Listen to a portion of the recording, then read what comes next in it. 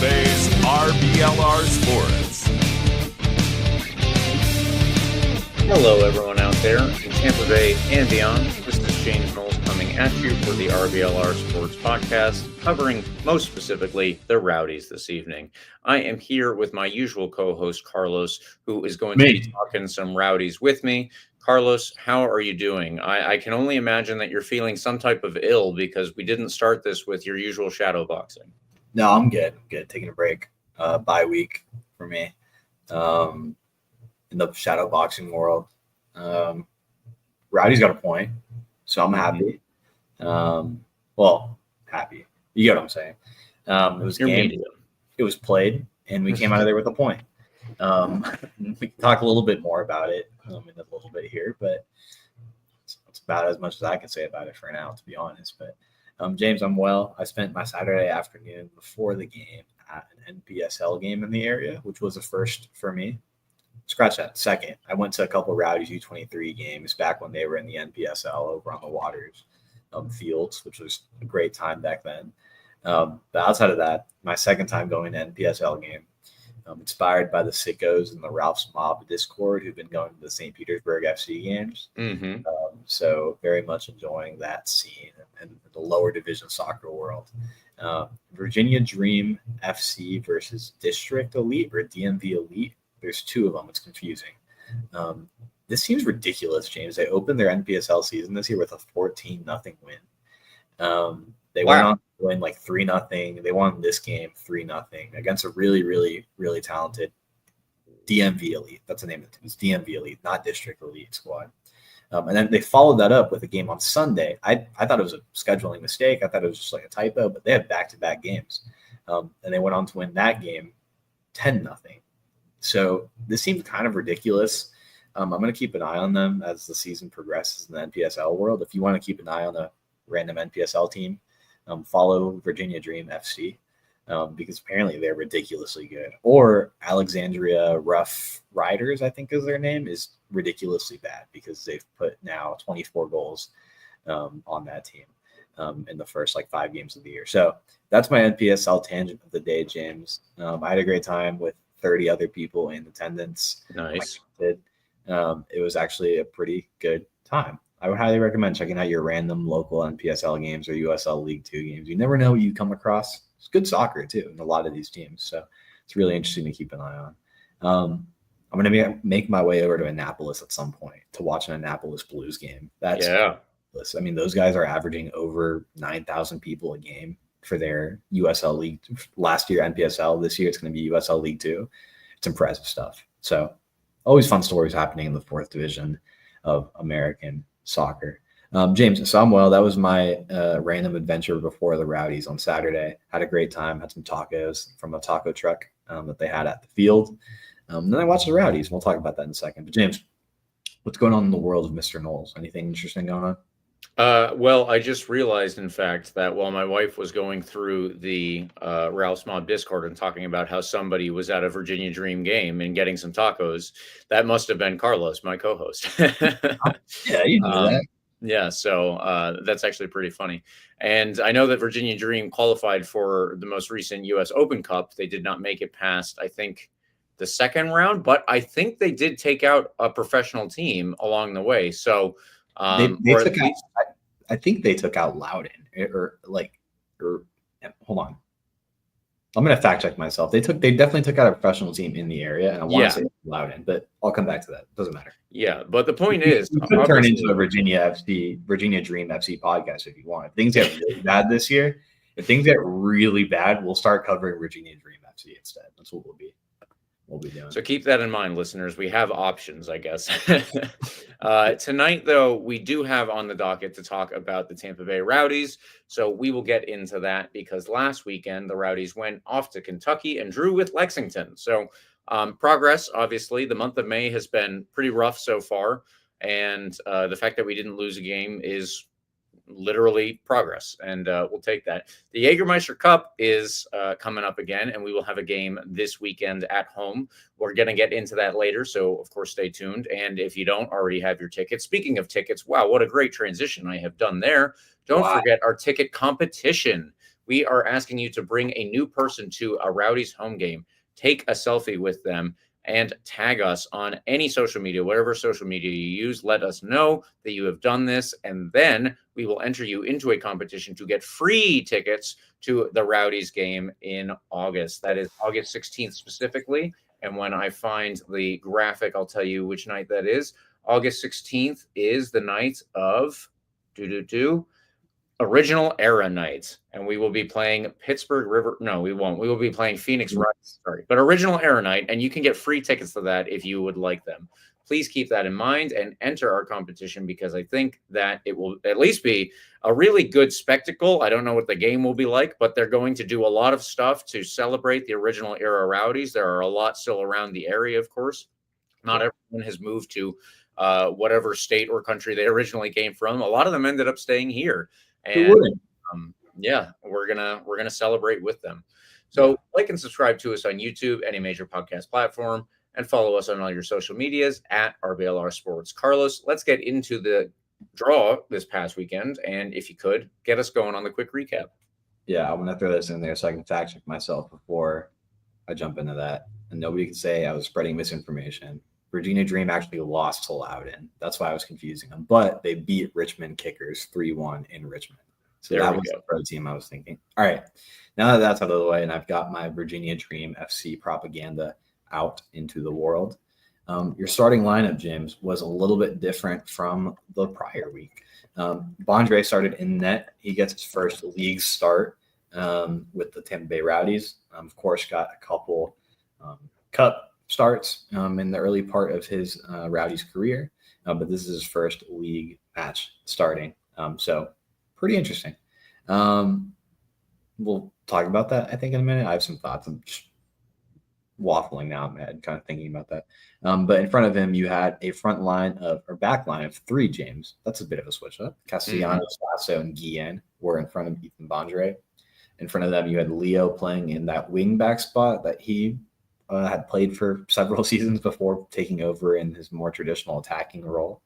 Then Kaziel, Chrysostomo were in between him and Blake Bodley. Of course, in front of them, you had Bassett in a more attacking role, and your strikers up top were none other than Wooden Spacius and Manu Arteaga getting the start again after Musali had kind of made his way into the starting lineup recently. So a couple changes. You could tell that Mr. Steve Coleman is still trying to figure things out. We could also talk about what kind of that means for the squad as a whole, that we're still changing things this many games into the season. But look, James, things aren't going well, so I don't mind experimenting and trying to figure out what starts to click for the team at this point. Exactly. Like I said, Rowdies go to a back line of three, midfield of five, and two strikers up top. Got a draw, James. You called that progress. I don't know if I'd call it progress yet, but it was certainly a point. A point. There we go. That's probably the best we can say. Yeah. It's certainly a point that we didn't have last week against the other worst team in the league at this point. So a game that I think I can confidently say left both teams unsatisfied. You can tell it was one of those games at the end where all 22 players just kind of collapse onto the field and look disappointed at the same time. Really, really, really interesting to see at the end of the matchup. Both teams incredibly, incredibly unsatisfied with the result, though. So, James, progress, question mark? Maybe not. I don't know. Point is, we're still at the bottom of the East and bottom of the league overall. Sad face, as you put into our notes here, James. Quick standings update. Charleston's still really good at soccer. They're at top of the table with 24 points from 10 games.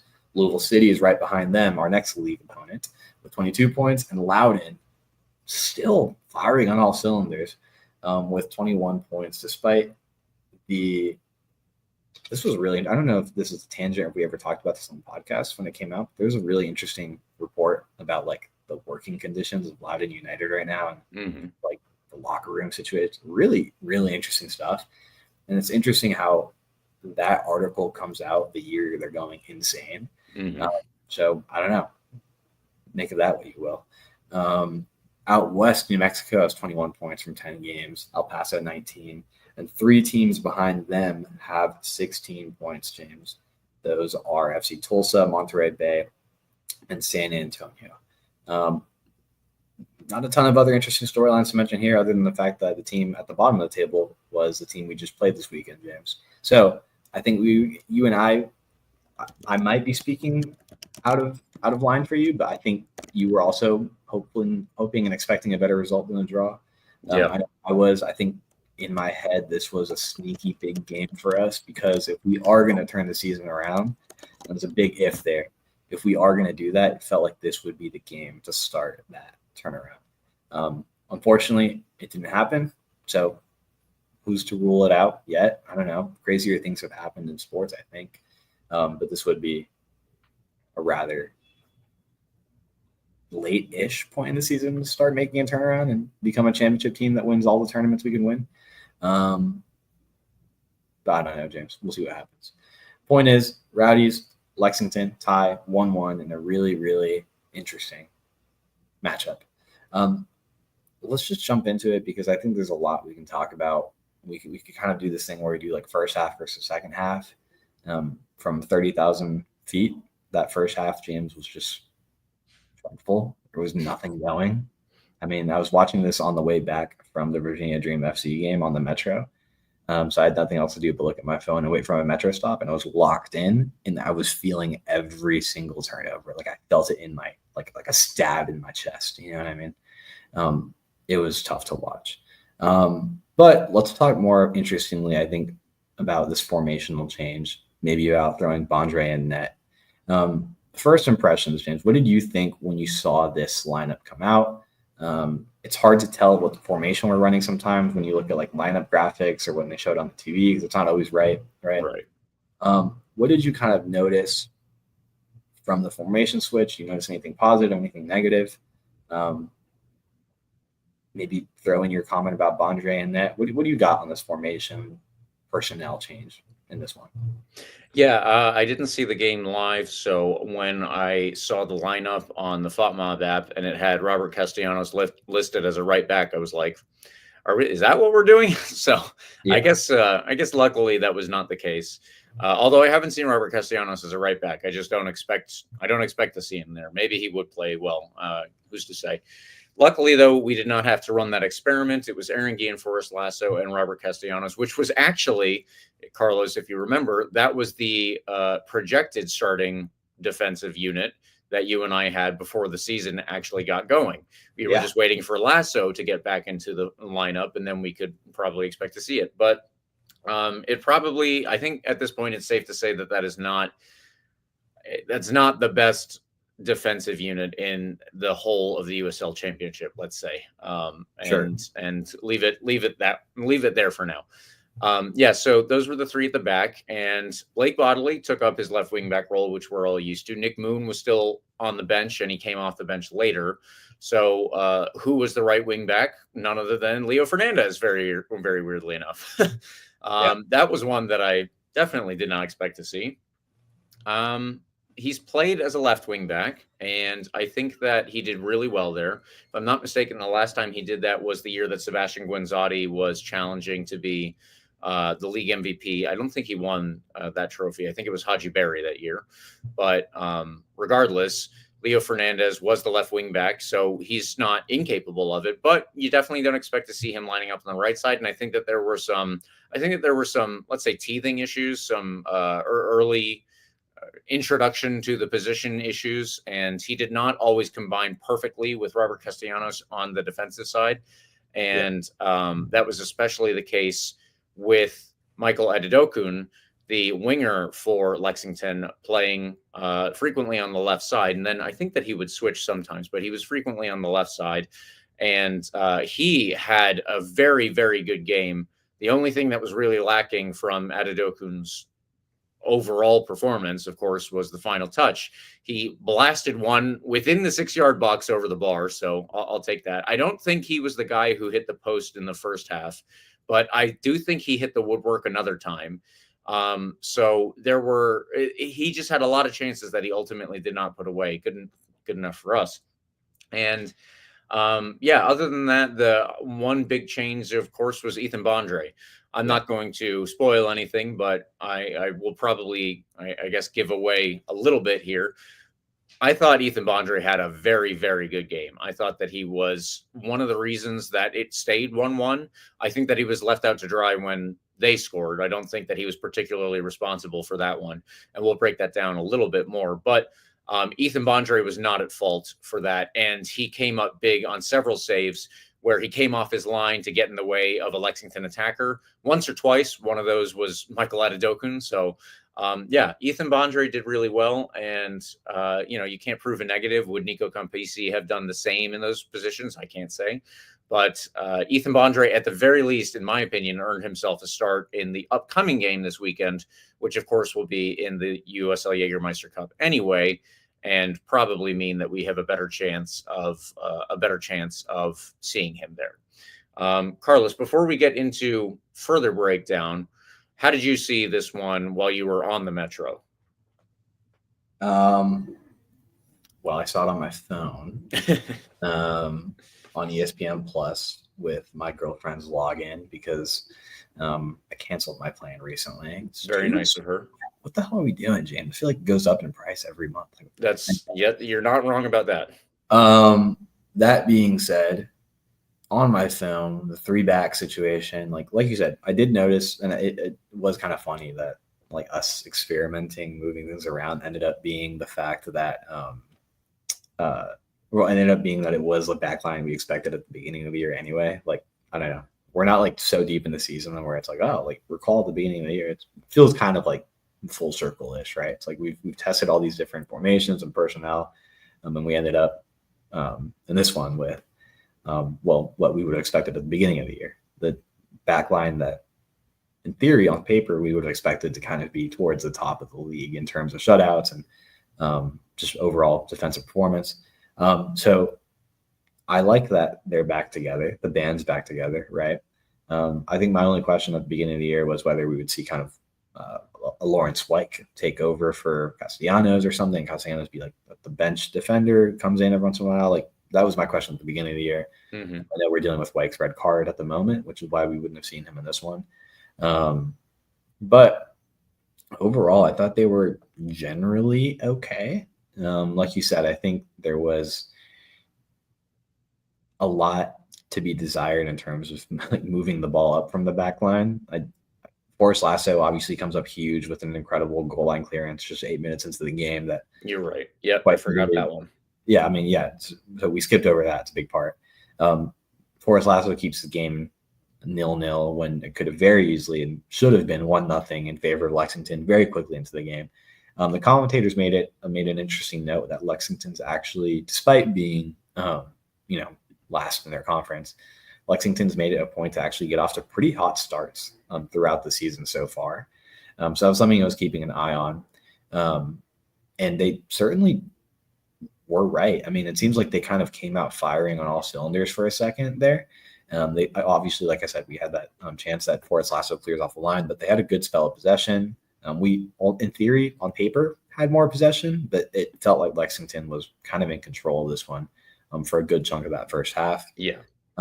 Anytime they would turn the ball over to us, or we would kind of end up with a goal kick or something, it seems like we were giving the ball over back to Lexington. A lot of turnovers, like very easily, which of course led to the goal that we gave up. Yeah, exactly. Perfect transition there. And especially from our back line, which is, I mean, you don't really ever expect your back line to be the best like ball playing defenders or anything, or like, you don't expect them to be distributing balls over the top to Woogs end up in a goal or anything really. Like I'd love if Forrest Lasso can put in, a beautiful through ball to Woogs and set up a play that ends up in a goal, but that's just not something that you really need your defenders to do in theory. That being said, you want them to at least like be able to play the ball out of the back without turning it over all that often. And I feel like in that first half especially, and into the second half as well, there was just way too many turnovers. Obviously, you pointed out the Lexington goal, which you are correct in doing so. That came off of a Guillen turnover. And it was quite literally right after we won the ball back. So, again, we get the ball back from Lexington. Lexington is having a pretty good spell of possession at this point. In the 30th minute. think Chrysostom is the one who wins the ball back here. I'm looking back at the highlight now because I was looking at it for a few minutes earlier, trying to see what happened here. Chrysostom wins the ball back, plays it to Guillen, who's by himself, by the way. There's not a guy within like 15 feet of Guillen. Yeah. But it seemed like he was feeling pressure as if someone was like right on top of him. Guillen just plays with his weak foot a ball that was kind of going to no man's land. Didn't look like it was going to Vancasiel. Didn't really look like it was going to Arteaga. And a Lexington player who I can't make out from the clip just sneaks out from behind of Vancasiel, steals the ball. I was trying desperately to figure out if that was Alfredo Medense or if it wasn't, but yeah, that is still up in the air for us. Jury's out on that. Besides the point, guy sneaks right out from behind Vancasiel, steals the ball. Not easiest. I mean, it looks easy. He made it look easy.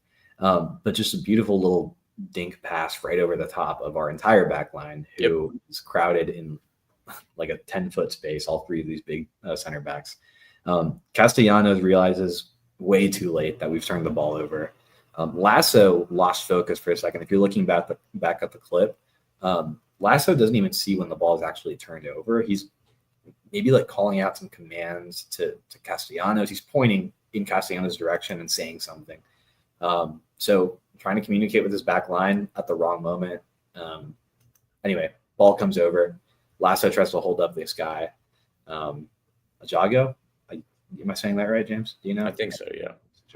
Ajago's the goal scorer here. Yeah. Lasso tries to hold him up, but it leads to, nothing. The ball falls to Epps, who just chests it down to Ajago, who has a really lovely little finish, actually, by Bandre. I maybe could have seen a bit more from Bandre there. Like, it was kind of a slow roller, but I won't knock him too much for it. Like you said, we kind of left him out to dry there. So, like you said, you can't really ever prove a negative. It's like, is this what Campisi would have saved this? Maybe. I don't know. I mean, to his credit, Campisi's had some wild kind of like one-on-one saves over the last few games, despite letting in like what feels like a million goals with those three ridiculous long shots from Birmingham. Yeah. He's had a few pretty impressive saves in that type of situation, but like you said, can't really prove a negative. Bandre, not much he could do in that case. Did make a couple of big saves in this one, so I'll give him some credit for sure. But I think, like I said, going back to what led to this goal in the first place, the most frustrating part of this first half for me, James, was the turnovers. Like nothing. Like we couldn't get anything going. And we had a good spell of this. Like we had a lot of possession. We just didn't do anything with it. I think we ended the half with more possession than Lexington, but it didn't matter. Like we didn't have a single real chance in that first half, or even anything really close to a chance in that first half. And I'm not quite sure why. It just seemed like we were entirely out of it. Again, turning the ball over way too often. Lasso makes an incredible goal on clearance, but I noticed him like the most because he kind of stands out. He's a giant man and he plays defense. He kind of looks wonky when he makes a turnover. So I don't have the numbers to back up if he was the one with the most turnovers in the half, but it felt like it. Like you could just kind of see him like, trying to knock the ball away, ends up at a Lexington player's foot. Even when we do get to Lexington's end in this first half, we're sending balls over the net, out of bounds. Like there's just nothing really going for us in that first half. I don't know, and I couldn't tell really if any adjustments were made in that second half, like in the locker room before second half. No personnel changes were made until the 72nd minute. So in that way, nothing changed. But it still didn't really feel like we had anything going for us in the second half, James. Like it seems like nothing really changed. Although I'm sure Steve Coleman's in the locker room at halftime giving them instructions and trying to make adjustments, it didn't feel like anything really changed. That goal that we did have was lovely, for the record. It was a lovely little goal. It was off of a corner kick. Mm-hmm. Like it's not something happening in open play. It's not really a tactical adjustment we made. That being said, the fact that we scored on a corner kick is pretty sweet because we haven't scored on one of those in quite a while. And it's good to know that we're able to do that still. So we have a lot of big guys on this team between our back line, and obviously Arteaga is over 6 foot as a striker. I think Woops is over 6 foot as well. So you have some big guys that are in the box able to put a head on these balls. A nice little 1-2 play between Ollie Bassett and Leo Fernandez in the corner there. And Leo puts in just an insane ball, absolutely on the money, right over the keeper. That, as far as like whipping a ball in, like it can't really get much better than that. So I'm glad that's like retro Leo Fernandez playing on the wing, whipping in a beautiful cross. That was awesome to see. I don't know what the hell Lexington's back line was doing because Arteaga had space to park his car, get out, take out the keys, and set up in time for that header. Like, that was ridiculous. He had so much space. But he knocked it in. And that's the other headline from this game, James. Arteaga gets a goal in league play. That's huge. Can we get more of that from him this year? Maybe. If we need a turnaround, if we want a turnaround to happen, Arteaga is going to have to be a part of it, right? Like, I still see, and it's so frustrating, I still see Cal Jennings' comments, like, we're 12 games or whatever, 14 games into the season at this point. Like, guy's gone. We talked about, like, what happened already in the past. Like, these are the guys we have, you know what I mean? And if we want to turn the season around, we have the players to do it, and we just need them to start remembering that they're, like, good at soccer, right? And I think Arteaga got one of those moments. He was wide open, sure, but he found that space too, right? He kind of faded off his backline guy there. Lexington defender was really, really in a great spot to put that header away. So that's a long-winded way of saying it took us 60 minutes to do anything, but we got there. We tied, equalized, 1-1 in the 60th minute. But there wasn't really much going for us after that either. Like, that was my thing. We can say, like, I know you called it progress with a question mark, but it just didn't really seem like in the attack we had much going for us. There wasn't a lot. Like, we've had games in the past where we've had a lot more offensive creativity, probably a higher XG, but that just don't lead to goals. And this one, we actually ended up with a goal. But if I had the numbers to back it up, the XG probably wouldn't be as comparable, as favorably comparable as some of our earlier games this year. So progress with a question mark. I think the progress we can point to here was maybe on the back line, holding out there, despite some great spells of Lexington possession. We ended up with just that one goal conceded off of a silly mistake that I think can be corrected going forward. It's not the Rowdies back line that we've been used to over the last several years, but only conceding one goal at this point in the year when we've been conceding like a million in the last 10 games. Like, I think if we can point to progress in any front, I would say it's probably back there. And maybe that's a regular back three that we see going forward. Maybe Steve Coleman liked what he saw in this one. And we kind of run with this formation going forward. Maybe Bandre stays back there. I would guess he's back there for the Jager Cup game for sure this weekend. But if we're pointing to anywhere where there's progress, I would likely point to that back line area. Now, James, I know I've been like monologuing here for a second, but this is an interesting note. Thank you, Eureka, for finding the numbers here. The Rowdies' XG in this game was 1.31. Lexington's was 0.94. Like I said, I think we held Lexington back pretty well. They had some good opportunities, but the back line, I think, did great. I think our central midfielders were kind of cutting off a lot of their passing lanes. So it was a pretty boring game to the neutral. There wasn't a lot going on, right? Yeah. But I'll tell you what, you want to know where that spiked XG comes from at the end, James? The reason why it's not like 0.5 or like 0.8, and it's actually 1.31. The reason why we have the higher XG is because of a chance right at the end. You know what I'm talking about? You know that game? Or you know that chance right at the end there? Remind me. I am not remembering it offhand. So we're tied 1-1. We score the equalizer in the 60th minute, and then there's just not really anything going for us or for Lexington, to be fair. There's like a couple long-distance shots, maybe a decent save by Bandre there. Then we get to the 89th minute here, okay? We get to the 89th minute. Lexington has a chance, whatever. We get the ball back. They turn it over. They're committing a lot of their numbers forward. You can tell they really want this win. They're trying to turn around their season as well, just like we are. Mm-hmm. They have a really, really tough schedule coming up. So they really, really, really looked at this game at home against maybe the worst team in the league as an opportunity to get points before they come on this. They go on this really tough road stretch that they have coming up. Includes like Sacramento, like Louisville, like it's crazy. Okay, so we have the ball, 89th minute, counterattack. Andrew Mustali getting involved here. Kid's been on a pretty good tear. Holds the ball up pretty well.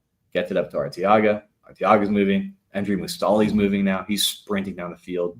I mean, he's been an injection of energy at the right times. sprinting down the field, taking on 3 guys by himself here, lays it off to Ollie Bassett. Incredible composure here. And Ollie Bassett plays in, I think, the ball of the year. The most beautiful pass I've seen this year.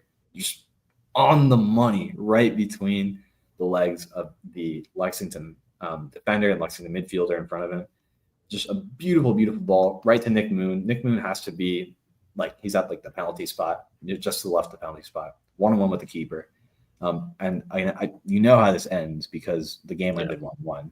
So I'm not going to say Nick Moon, you have to put this away, man. What he's been coming back from injury. I'm conscious of that, right?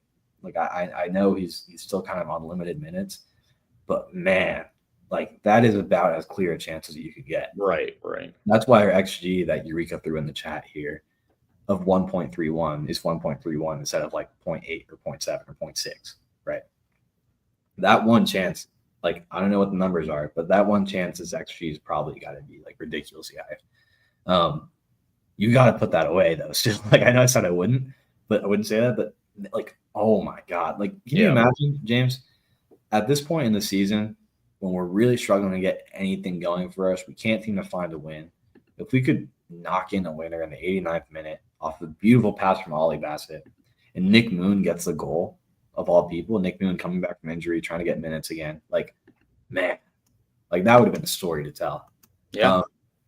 He skies it though, and a lot of us forgot about that play. But I probably won't for a while. That one's going to live in my nightmares for a little bit. Okay, James, take it back because take back the conversation because I've been waffling here for just a little bit now. But that's from a pretty, 20,000, not 30,000, 20,000 foot view. That's kind of how I saw this game. It was slow. It wasn't very impressive offensively for us. Maybe a bit of improvement in the back. A lot of turnovers. Arteaga gets a goal. Big note. Claps for him. Mm-hmm. If we turn the season around, it'll be because he gets hot as well. And Nick Moon. Nick Moon leaves 3 points for us and 2 more points in Lexington. That's the game. I don't know really where we go from here.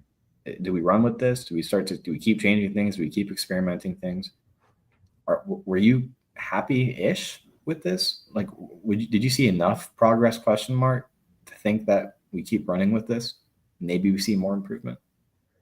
I think that one of the things that you and I have talked about quite a few times is that the roster that we have seems to be built up to give us depth on the back line.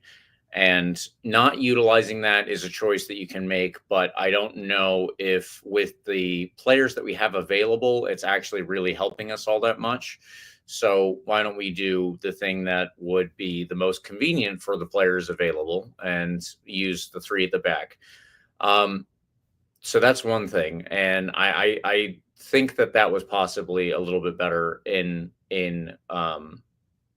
at least on that side we had, but you go to those giveaways, which are a big problem, and several of them came from the back line.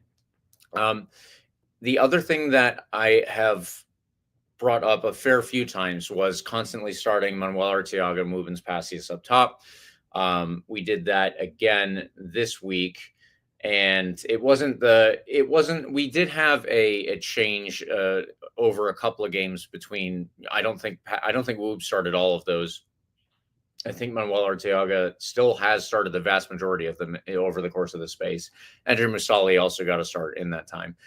I think that, the way that we have the fullbacks, in this case, wingbacks, and the central midfielders, there's really not a good way to get the ball from the back line to the front line very frequently. And it almost seems like we have to rely on individual players doing something that you shouldn't ask of them over and over in a game. Maybe it's something that they can do once or twice, and you're very happy when they do, of course. But you don't want them to have to beat, 3 players to try and create a play where the ball goes from the back line to the wing back to somebody who's actually in a position closer to the goal for the opposition team. And I think that there needs to be more connective tissue, I guess, for the back line to use to try and get the ball and then find Manuel Arteaga's feet or Ruben's Passi's feet up top. It's not good enough to.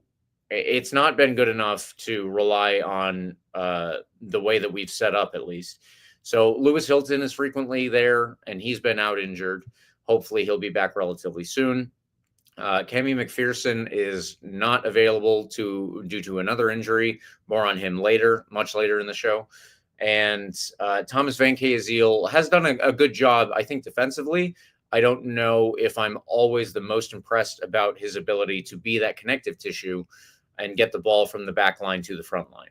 So I guess that's one of the issues that I see as well. And I don't know if I don't know exactly how we fix that with the players available, because it's been Danny Crisostomo and it's been Thomas Van Keeziel, and who else are we supposed to put in there at this particular time? You know, there's just not a ton of options. And I like the fact that we didn't give up the goal that Lexington could have taken several times. Yeah. It's unfortunate that we didn't do that our own when Nick Moon had the chance that you brought up, but you know, we'll I guess take the 1-1 draw on the balance of things. You know, fair enough. But I still, there are still, of course, this was going to be the case. There are still big issues with this team in terms of creation, in terms of defense as well. And the lack of creation turns into chances for the other team frequently. So plenty of things to work out before we're going to start getting some real wins here. And, you know, roster availability still impacts this, but it can't be the end all be all. And these are supposed to be players who are good enough to carry us through a season, regardless of having one injury or two, or at sometimes even 3 injuries. I would like to see more from the players that we have. Yeah. James, here's a question for you. You mentioned the connective tissue kind of in the midfield that we might want to see improve to be able to get the ball up top. Obviously, Van Keeziel is not known for his ability to, create chances or get the ball forward or score goals. Like, he's always been more of a defensive player, and he's rather good at it. I think he adds something pretty important in the middle right now, defensively at least. But like I said last week or maybe the week before, if you told me it would be Van Keeziel and Crisostomo starting regularly together in the central midfield, I'd be a little bit concerned. Yes. Like you've told me at the beginning of the season, right? Because it's not really what we brought Van Keeziel in for. I always expected him to be like a, wing backup or a back line backup kind of guy, right? But this is where we are. So my question for you, James, is there was a guy on the bench, as Nate Worth. Where does he start to fall in the picture here? Because I was a little bit surprised and I have been a bit surprised that we haven't seen more of him this year. Especially, I think he brings a bit in the attack that, Van Keeziel doesn't really have in his arsenal. I wonder why we're not seeing more of Nate Worth, because I think he has, like I said, a certain ability to kind of create chances, move the ball forward, that we've been missing for a bit in the last couple of weeks. Do you think, do you see where I'm coming from here? Is there room for Nate Worth to kind of get more minutes here, or am I just kind of living in a fantasy world where we give up a bit of defensive prowess that we need in midfield? I don't know. You know what I'm saying? I do. I've been in a position recently where I think that the Rowdies are not obviously playing very well. So my next option, my next opinion is that we should turn to the youth players and at least give them some time. What more is it going to harm if we're already in a position where we're doing pretty poorly?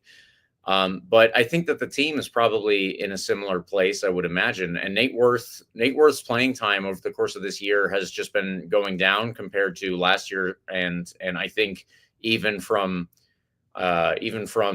March to April to May. So it's been a little bit more difficult, and I think that it's probably down to if I had to guess, it's probably down to him not doing it on the training field where they're satisfied that he's able to come in and contribute positively anyway. That's my assumption. I'm really at a point right now where I think that Mateus de Jesus deserves a shot because defensively there are a lot of issues, and the giveaways are just one among them. In all honesty, they're a big one, but there are plenty of other issues that are going on. And really, what more is it going to harm to give Mateus de Jesus some time? But Nate Worth has had some time, and he's not getting it now. So my assumption is that the team is not satisfied with what they saw from him being putting him out there. And I guess that they have decided that they can't keep going back to that well.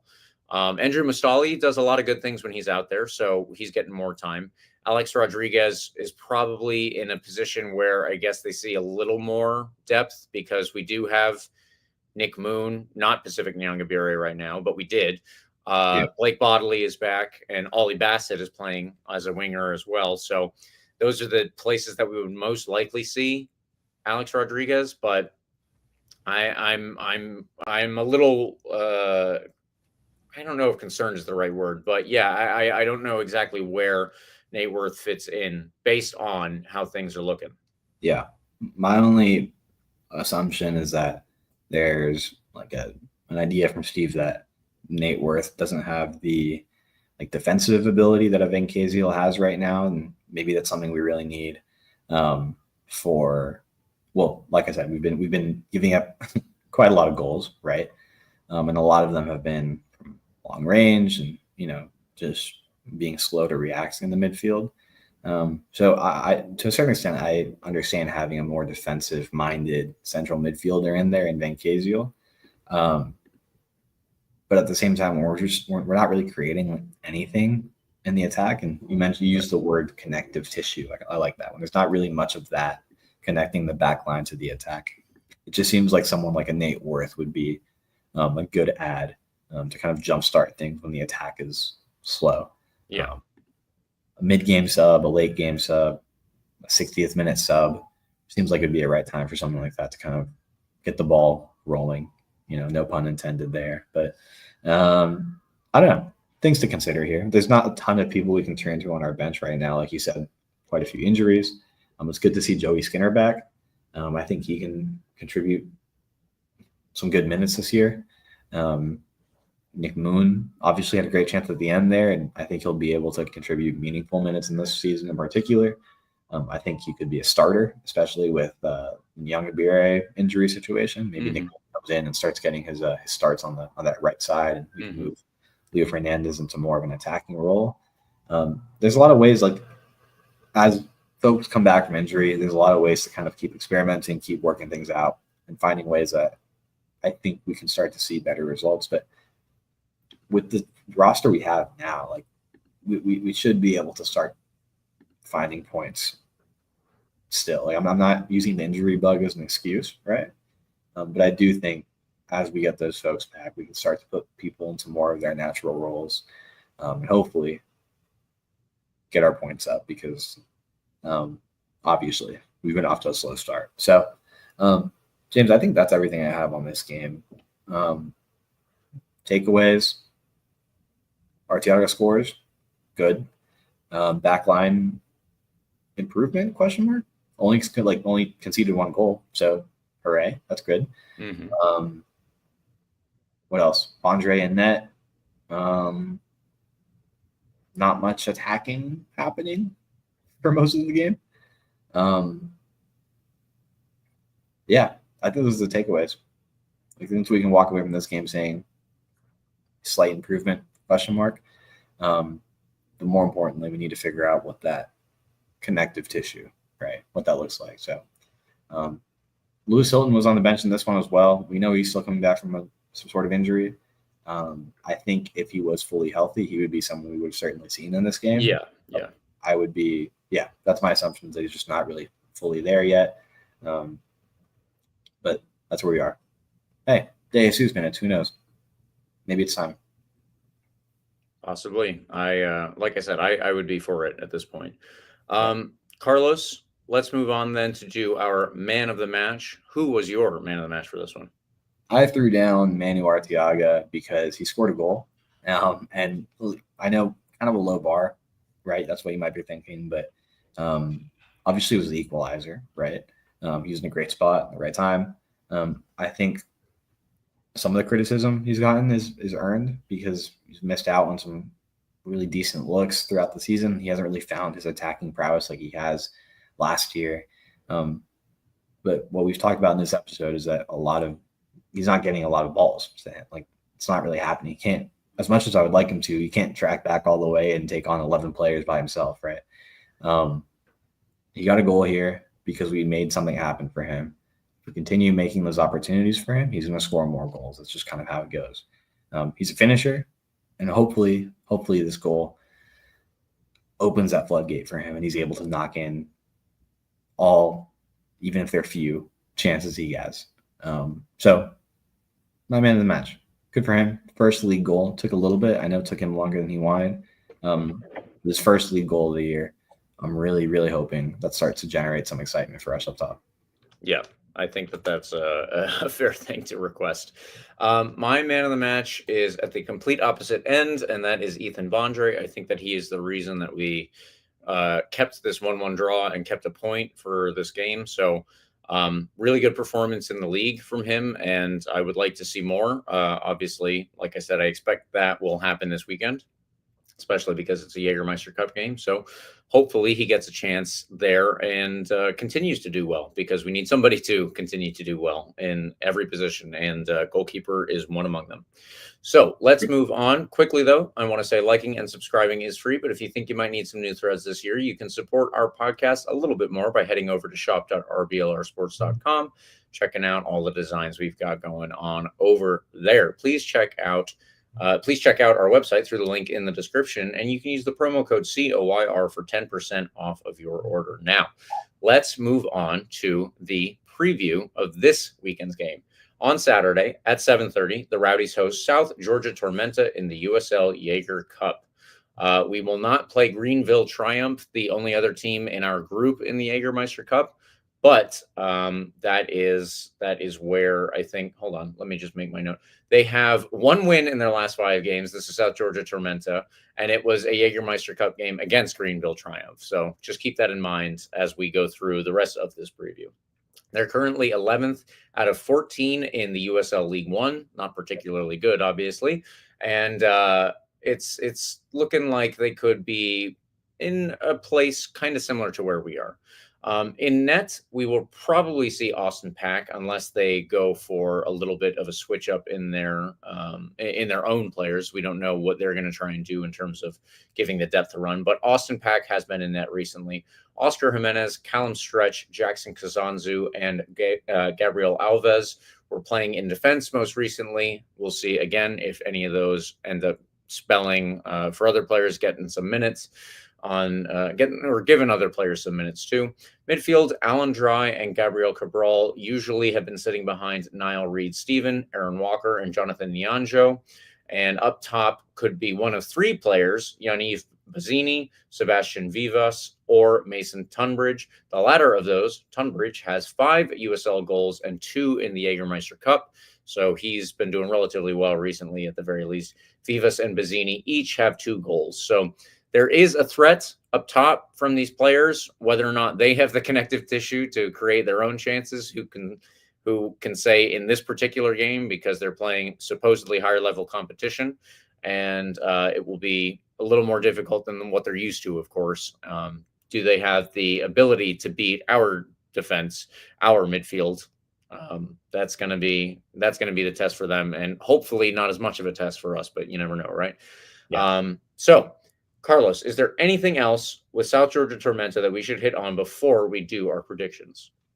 Not really. They conceded a good amount of goals in league play. They've conceded 16 in 8 games. Not great. Like you said, they're in 12th place in League One. Obviously, again, not great. But like you pointed out, their one win in the last 5 games was against Greenville Triumph, who's in 8th place in league play, so slightly better. If you want to take a look at the Jager Cup standings right now, they're technically in 1st place. from that win. SC Naples right behind them with 3 points, and then Miami and us, of course, had that. We both had that weird draw where we blew a 3-goal lead, but we won't talk about that. And Greenville Triumph and Charleston Battery are at the bottom with 0 points. It was really, really interesting that FC Naples was able to knock off Charleston Battery in Naples. I think maybe gives the Rowdies the Rowdies win in Naples in the Open Cup, the draw penalty win, makes it look a little bit better if you think about it. But yeah, so it's a really interesting group. It's shaping out to be rather. I don't know. I don't know how it's going to look like at the end of the Jägermeister Cup group stage, but some decent teams in this group that we're going to have to contend with going forward still. Okay, James. So, Rowdies, South Georgia Tormenta, a team who's kind of had our number in preseason. If anybody cares about preseason results, they've done pretty well against us over the last few years. We always seem to play them in preseason. They always seem to get a pretty good result against us. So, that being said, I don't think it'll play out that way in a competitive match, which will be the first time we play them in a competitive match this Saturday, James. So that's all the notes I have. I'm looking forward to a good game. I'm hoping that we can bounce back in this one because they're not particularly great at their level. And I would hope that there's still a pretty clear gap in talent between us and this squad. Predictions? James. I will start with mine and say that I am going with a 2-0 win for the Tampa Bay Rowdies. Okay.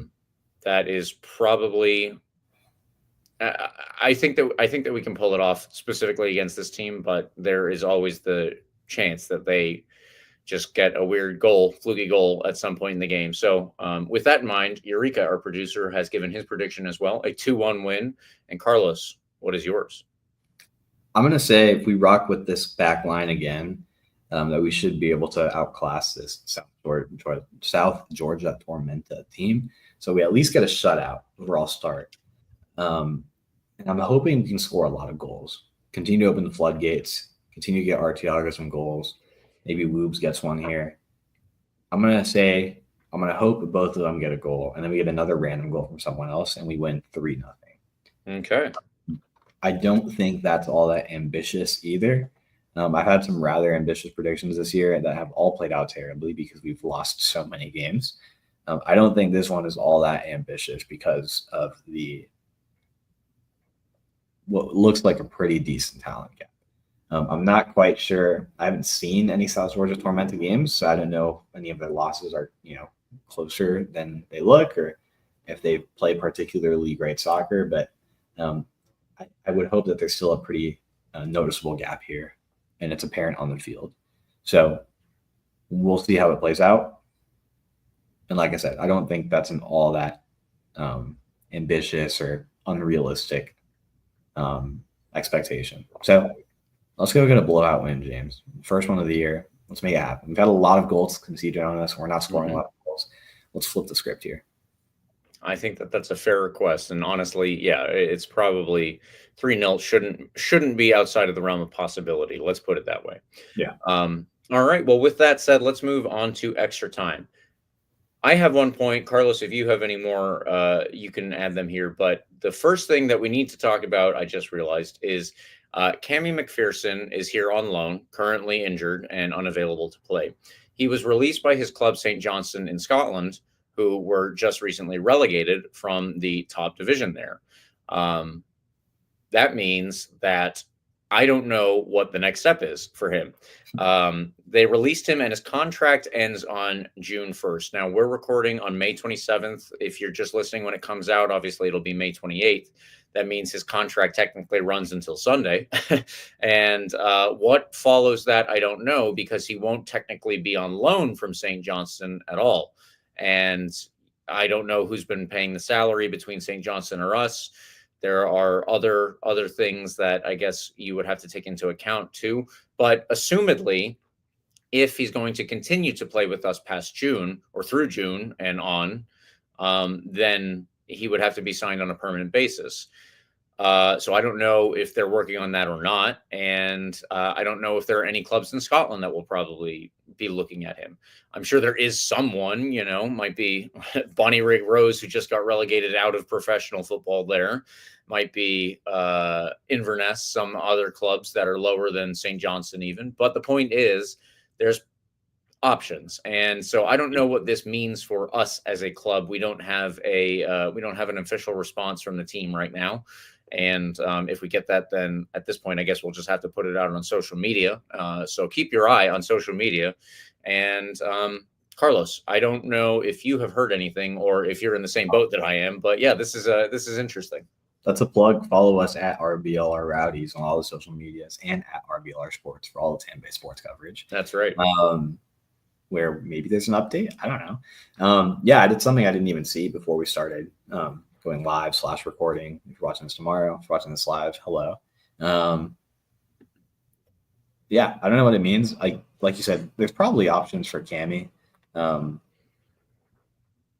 probably, there's so many teams in Scotland, like between the 4 divisions, right? Professional teams, like there's probably options. There's probably teams that have played against him that would like to sign him to a full-time contract, permanent contract. But so maybe he has options, but we don't really have that many options right now. And it doesn't seem like we've been signing, or doesn't seem like we haven't signed anybody new. It seems like we've been kind of riding with this roster. I would think at this point, losing anybody like outright would not be all that positive for us. No. Cammy in particular, I think, has had a pretty decent season. I think he's settled in with the squad rather well as the games have gone on. He's had better performances. I think like what we've been missing a bit is his ability to get the ball up the field in place of a Van Kaziel, right? I feel like that could have certainly helped in a game like this past one where we just need a couple chances and maybe we knock him away, especially now that Arteaga's feeling it, right? He's hot, he's got his goal. So I'm hoping that means that he opens the floodgates a little bit. You just need the ball to get upfield. We don't, like I said, we don't have that many options right now. It doesn't seem like we're going to go out, spend a ton of money on anybody. If Cammy's contract is out, like he's been being released by St. Johnstone, I would hope that they're working on a way to keep him here permanently on a full-time contract, right? But I don't know. So update to come. For now, let's just play a game on Saturday and see what happens. But in the meantime, that's an interesting note, something I didn't see before today. So keep an eye on that. Follow us at RBLR Sports for those updates, if there are any. But you'll never know if you don't follow us. So. Exactly. And I think with that one, then we are getting out of here. Thank you, listeners, for tuning in this week. As Carlos has said, if you want any further information about this and let's say everything else related to the Rowdies, please follow us on all the social medias. We are on Instagram, Twitter, TikTok, Facebook, Threads, Blue Sky, everywhere else at RBLR Sports. I'm mostly on Twitter. If you would like to get at me, that is at RBLR James K. You can use the hashtag AskRBLR, or you can reach Carlos at Carlos GPA10, and follow Virginia Dream FC too, because they're pretty sick at soccer. If you want to follow a lower division team, like 4th division semi-pro team, Virginia Dream FC seems like a team to follow. Keep an eye on them. I just realized that they were founded by Lucas Mendez, a former Gatorade National High School Player of the Year. So that was interesting too. Huh. Yeah. I went down my own little rabbit hole, but very interesting stuff there. Like and subscribe to our podcast where you can hear more about the Rowdies or Virginia Dream, depending on the day. And you can get the full experience on YouTube. We are also on Spotify, the iHeartRadio app, Apple and Google Podcasts, basically wherever you get your podcasts. For a good draw and something to build on, hopefully a win coming up this week.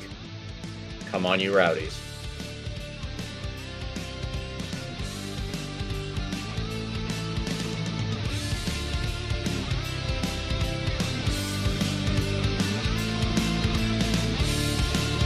Thank you for tuning into this presentation by RBLR Sports. On your way out of the stadium, please remember to like and subscribe.